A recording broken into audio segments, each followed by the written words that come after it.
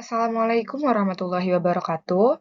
Di sini saya akan menjelaskan mengenai tugas akhir saya dalam mata kuliah Sistem Informasi Agribisnis mengenai rangkuman rencana strategi Kementerian Pertanian pada tahun 2020 sampai 2024 pada halaman 44 sampai 77.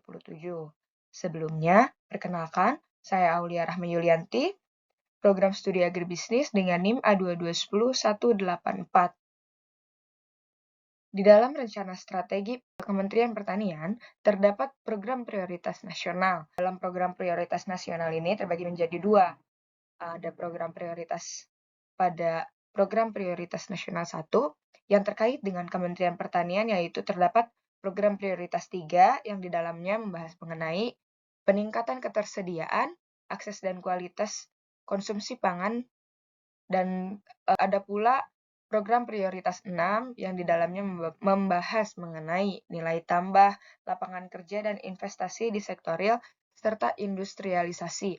Sedangkan pada program prioritas nasional 3 yang terkait dengan Kementerian Pertanian, yaitu terdapat program prioritas 7 yang di dalamnya membahas mengenai peningkatan produktivitas dan daya saing.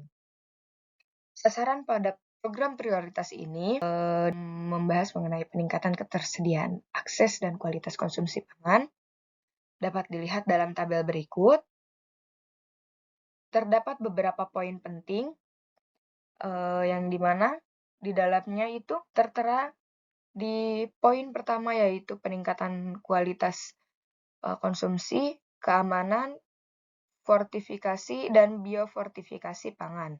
Pada poin pertama, indikator yang dicapainya yaitu persentase pangan segar yang memenuhi syarat keamanan pangan, luas lahan produksi beras biofortifikasi, akses terhadap beras biofortifikasi, dan fortifikasi bagi keluarga yang kurang mampu dan kurang gizi. Yang terakhir, terdapat persentase pangsa pangan organik. Poin kedua, peningkatan ketersediaan pangan hasil pertanian dan pangan laut secara berkelanjutan. Indikator yang dicapainya yaitu penggunaan benih bersertifikasi, ketersediaan beras, ketersediaan protein hewani, produksi jagung, produksi daging, serta produksi umbi-umbian. Poin ketiga, terdapat peningkatan produktivitas dan kesejahteraan sumber daya manusia pertanian. Indikator yang dicapainya yaitu nilai tambah per tenaga kerja pertanian, nilai tukar petani, serta teknologi yang diterapkan oleh petani. Poin keempat, peningkatan keberlanjutan produktivitas sumber daya pertanian. Indikator yang dicapainya yaitu merupakan persentase lahan baku sawah yang ditetapkan sebagai lahan pertanian pangan berkelanjutan. Selanjutnya, jumlah varietas unggul, tanaman dan hewan untuk pangan yang dilepas, varietas unggul baru, dan galur ternak. Yang terakhir, terdapat sumber daya genetika tanaman dan hewan sumber pangan yang terlindungi atau tersedia. Poin terakhir yaitu poin kelima, peningkatan tata kelola sistem pangan maksimal. Indikator yang dicapainya yaitu Global Food Security Index. Selanjutnya, sasaran program prioritas ke-6, yang dimana peningkatan nilai tambah, lapangan kerja, dan investasi di sektor real dan industrialisasi. Hal ini juga membantu dalam menyediakan bahan baku dan mengembangkan industri yang dapat bersaing di tingkat regional dan global. Program prioritasnya terdapat program prioritas peningkatan nilai tambah, lapangan kerja, dan investasi di sektor real dan industrialisasi. Indikator yang dicapainya merupakan pertumbuhan PDB pertanian. Selanjutnya, KP peningkatan industri pengelolaan berbasis pertanian, kemaritiman, dan non-agro yang terintegrasi hulu sampai ke hilirnya. Indikator yang dicapainya yaitu pertumbuhan PDB perkebunan, peningkatan produksi kakao, peningkatan produksi kopi, peningkatan produksi kelapa sawit, pertumbuhan PDB hortikultura. Yang terakhir merupakan peningkatan ekspor bernilai tambah dan penguatan tingkat komponen dalam negeri. Indikator yang dicapainya yaitu ekspor hasil pertanian. Selanjutnya ada proyek prioritas strategis atau major project nasional yang dikenal sebagai RPJM di tahun 2020 sampai 2024 menetapkan proyek prioritas strategi major project, yaitu proyek terintegritas yang disusun untuk membuat RPJM lebih konkret dalam penyelesaian isu-isu pembangunan terukur dan manfaatnya langsung dipahami dan dirasakan oleh masyarakat.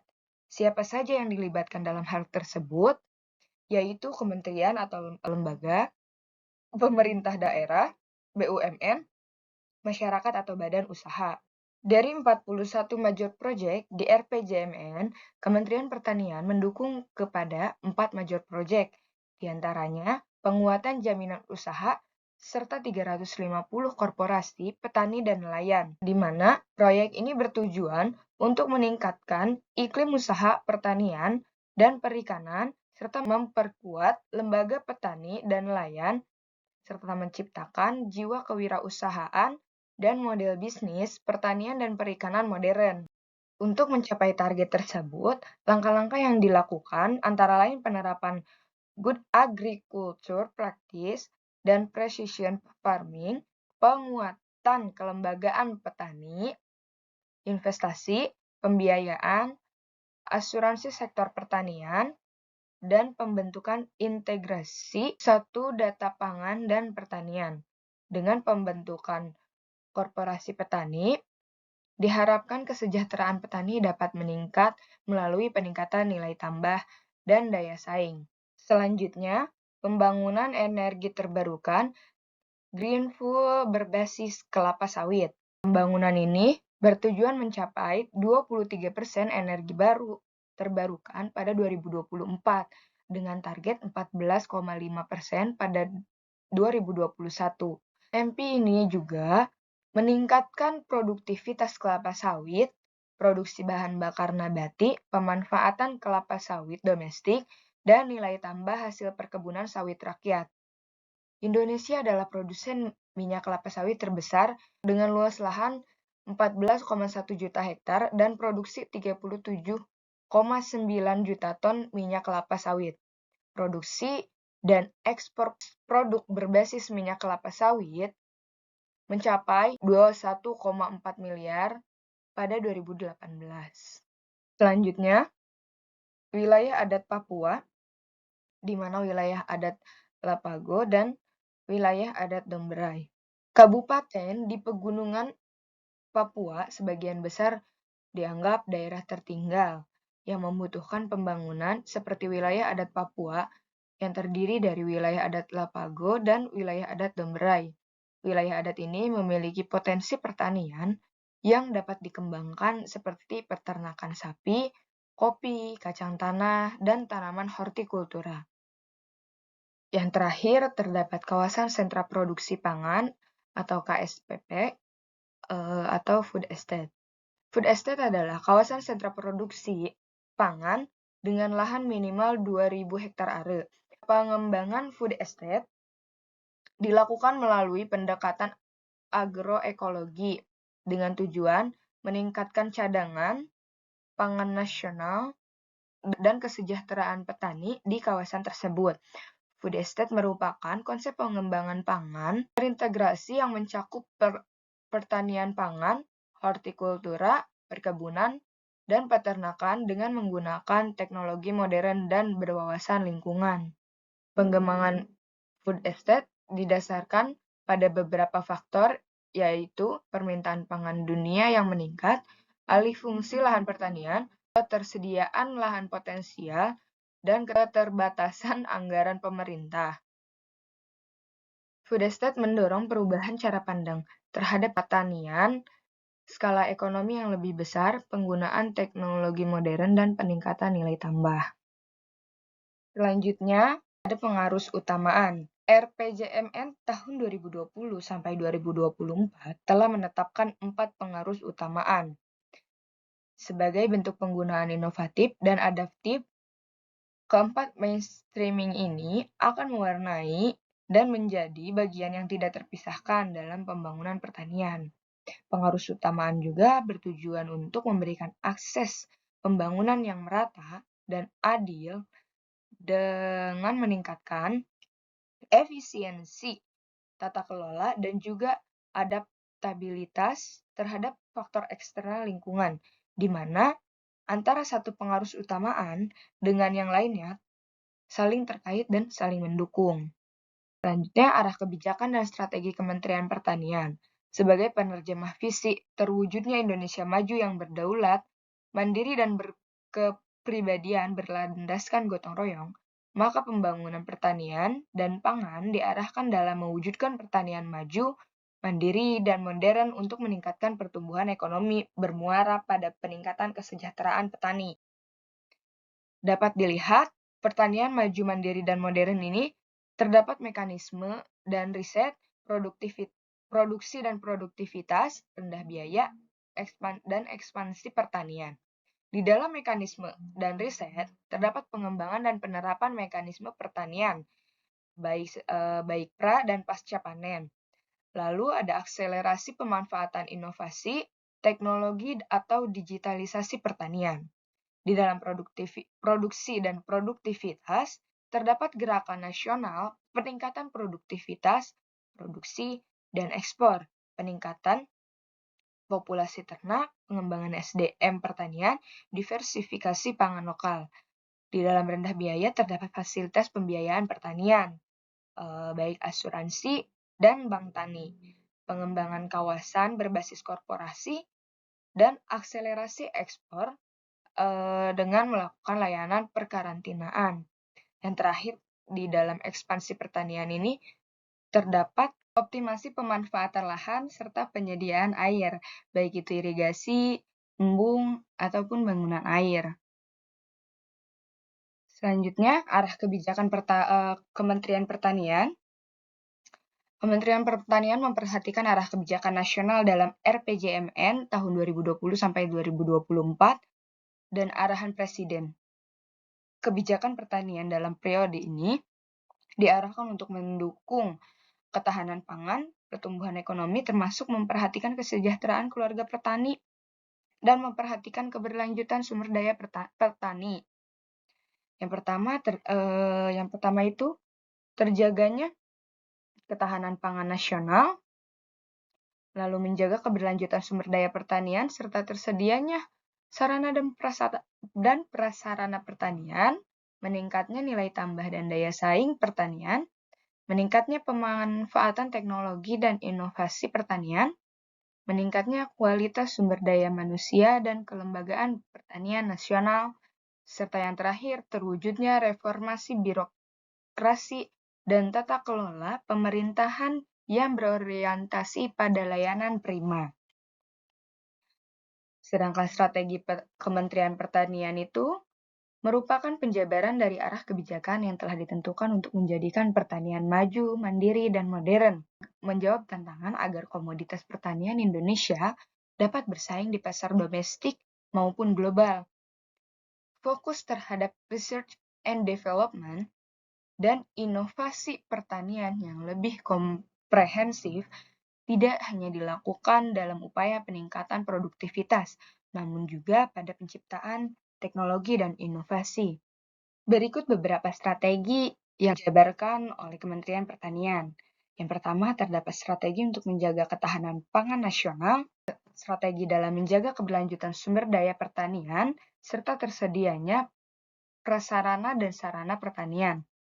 Strategi dalam peningkatan nilai tambah dan daya saing pertanian, strategi dalam meningkatkan pemanfaatan teknologi dan inovasi pertanian, strategi dalam meningkatkan kualitas sumber daya manusia dan kelembagaan pertanian nasional, serta terwujudnya reformasi birokrasi dan tata kelola pemerintahan yang berorientasi pada layanan prima, yang terakhir meningkatnya pemanfaatan teknologi dan inovasi pertanian. Strategi untuk menjamin ketersediaan pangan dan produk meningkatkan nilai tambah serta daya saing produk pertanian di masa dan pasca pandemi COVID-19. Kementerian Pertanian telah merumuskan pendekatan strategi dalam melaksanakan program atau kegiatan untuk menjamin ketersediaan pangan dan meningkatkan nilai tambah dan daya saing dalam kondisi pandemik yang dirumuskan dalam 5 cara bertindak. Cara bertindak yang pertama yaitu peningkatan kapasitas produksi, di mana terdapat pengembangan lahan rawa di Kalimantan Tengah sebesar 164.598 hektar are, dengan intensifikasi 85.456 hektar are, ekstensifikasi sebesar 79.142 hektar are, lalu peluasan areal taman baru sebesar 250.000 hektar are untuk padi, jagung, bawang merah, dan cabai di daerah defisit. Selanjutnya peningkatan produksi gula, daging sapi, dan bawang putih untuk mengurangi impor, serta pencegahan alih fungsi lahan. Cara bertindak yang kedua yaitu diversifikasi pangan lokal, yang di dalamnya terdapat pengembangan diversifikasi pangan lokal berbasis kearifan lokal yang fokus pada satu komoditas utama.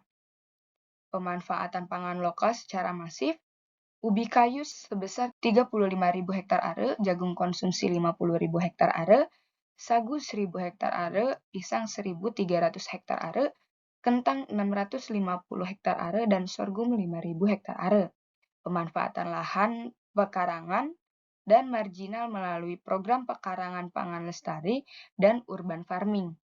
Cara bertindak yang ketiga yaitu pengembangan pertanian modern, di mana terdapat LPM dan LPM berbasis desa dan penguatan sistem logistik pangan nasional untuk stabilisasi pasokan dan harga pangan. Selanjutnya cara bertindak 4 yaitu pengembangan pertanian modern, di mana terdapat pengembangan smart farming, pengembangan dan pemanfaatan greenhouse, pengembangan food estate, dan pengembangan korporasi pertanian startup atau petani milenial. Cara bertindak yang terakhir yaitu gerakan 3 kali ekspor. Di dalamnya terdapat peningkatan volume ekspor, menambah ragam komoditas ekspor, mendorong pertumbuhan eksportir baru, menambah mitra dagang luar negeri. Kegiatan utama dan terobosan untuk peningkatan ketahanan pangan nasional dan saingan produk pertanian, di sini terdapat beberapa program yang dimana program yang pertama itu merupakan ketersediaan akses dan konsumsi pangan berkualitas, yang dimana kegiatan utamanya itu peningkatan produktivitas dan produksi, pengembangan pangan lokal, pengembangan lumbung pangan provinsi, kabupaten atau kota, kecamatan, serta desa. Yang terakhir, pengembangan pertanian, presisi, dan smart farming.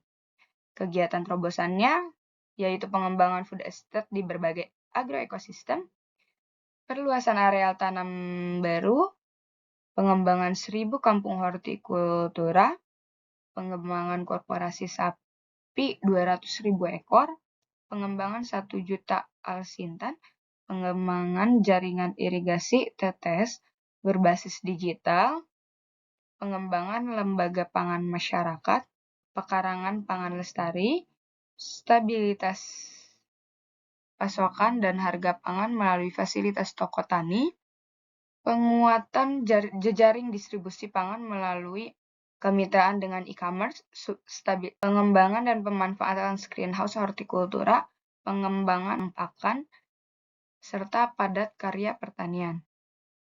Program yang kedua yaitu program peningkatan nilai tambah dan daya saing industri, di mana kegiatan utamanya merupakan percepatan gerakan 3 kali ekspor, peningkatan hilirisasi atau industri produk pertanian, serta pengembangan pertanian modern, di mana kegiatan terobosannya terdapat pengembangan 350 korporasi petani, pengembangan nursery pembenihan, kopi, kelapa, dan jambu mete, gerakan pembangunan ekonomi masyarakat, pengembangan komoditas porang, pembangunan 1.000 desa sarang burung walet, serta pengembangan 1 juta aisintan pasca panen dan pengelolaan, percepatan implementasi image dan sertifikasi perkarantinaan. Program yang ketiga merupakan program riset dan inovasi ilmu pengetahuan dan teknologi, Kegiatan utamanya meliputi penciptaan dan pengembangan varietas unggul, penciptaan dan pengembangan inovasi teknologi bidding, pasca panen, pengolahan dan inovasi pasar, di mana kegiatan terobosannya terdapat pengembangan benih atau bibit unggul berkualitas, percepatan adopsi inovasi teknologi melalui percontohan, pengembangan pertanian presisi dan digitalisasi pertanian, pengembangan mekanisme aisintan nirawak, serta pengembangan hilirisasi industrialisasi hasil-hasil penelitian. Program yang keempat yaitu program pendidikan dan pelatihan vokasi, di mana kegiatan utamanya peningkatan pendidikan dan pelatihan vokasi pertanian, penguatan kapasitas kelembagaan petani. Kegiatan terobosannya berupa penumbuhan 2,5 juta petani milenial, penumbuhan dan pengembangan kelembagaan korporasi petani, pengembangan BPP Konstratani.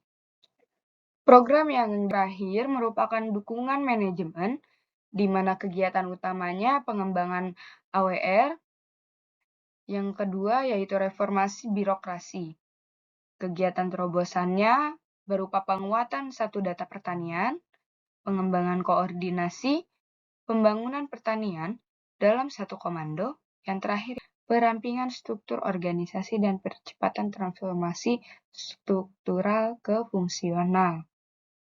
Selanjutnya, terdapat pengembangan kawasan pertanian berbasis korporasi. Korporasi petani merupakan upaya untuk menyelesaikan permasalahan pertanian di Indonesia. Dengan korporasi petani, pengelolaan sumber daya bisa lebih optimal karena dilakukan secara lebih terintegrasi, konsisten, dan berkelanjutan sehingga terbentuk usaha yang lebih efisien, efektif, dan memiliki standar mutu tinggi, mendorong pertumbuhan ekonomi di pedesaan. Dapat dilihat gambar di samping. Di sini gambar nomor pertama yaitu petani terkonsolidasi dalam poktan atau gapoktan. Lalu gambar yang kedua itu fasilitas sarpras dan pendukung lainnya. Seperti sarpras dan pendukung lainnya itu ada aisintan dan tenaga kerja. Gambar yang ketiga yaitu penyerapan infrastruktur tata air. Yang keempat, petani sebagai anggota koperasi mengusahakan budidaya pertanian. Gambar kelima dan 8 yaitu koperasi bersama dengan BUMN dan BUMDes membentuk PT untuk mengelola korporasi petani. Gambar ke-6 menunjukkan bisnis RMU, desa terkonsolidasi dalam korporasi petani. Gambar yang ke-7 yaitu swasta sebagai mitra strategis korporasi petani. Gambar yang ke-9, korporasi petani memasarkan produk hasil pertaniannya. Pengembangan kawasan sentra produksi pangan atau food estate berbasis korporasi petani.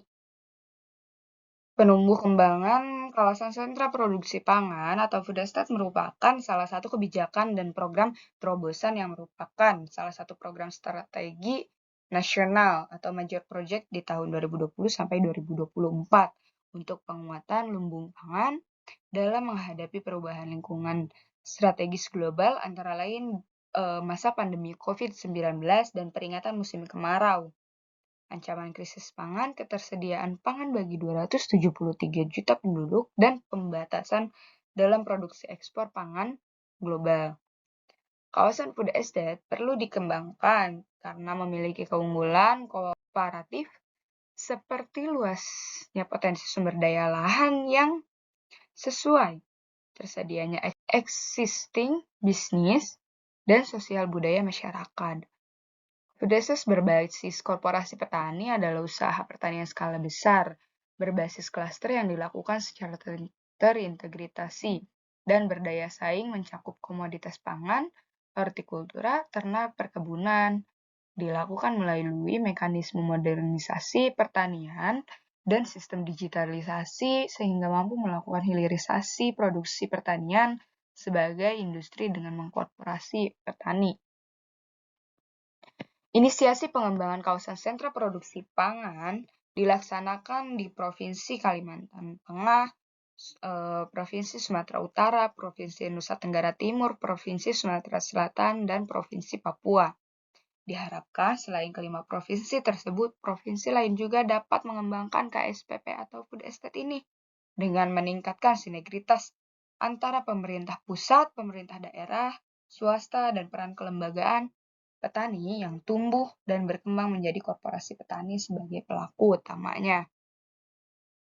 Baik, itu saja yang bisa saya jelaskan. Sebelum saya akhiri, mohon maaf bila masih banyak kata yang salah. Sekian dari saya. Wassalamualaikum warahmatullahi wabarakatuh.